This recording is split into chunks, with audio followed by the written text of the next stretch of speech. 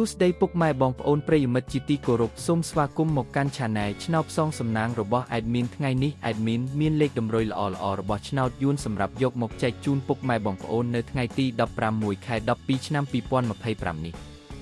ដូចនេះ Admin មិនចង់ចាយពេលវេលារបស់ពុកម៉ែបងប្អូនយូរតោះយើងមកតាមដានលេខតម្រុយឆ្នោតរបស់យើងទាំងអស់គ្នា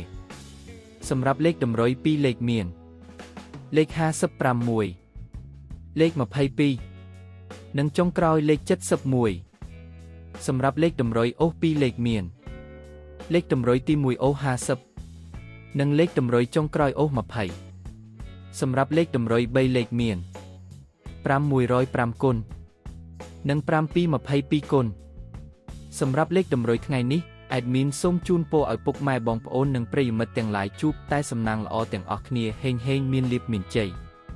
ជាចុងក្រោយសូមកុំភ្លេចជួយចុច Subscribe និង Comment ហើយដាក់សញ្ញារូបកណ្ដឹងដើម្បីជាការផ្ដល់កម្លាំងចិត្តមកកាន់ Admin ជាពិសេសងាយស្រួលតាមដានវីដេអូថ្មីៗនិងលេខតម្រុយល្អៗជាប្រចាំថ្ងៃជាមួយ Admin សូមគោរពលាពុកម៉ែបងប្អូនពី Admin ឆ្នោតផ្សងសំណាងសូមសំណាងល្អទាំងអស់គ្នាសូមអរគុណ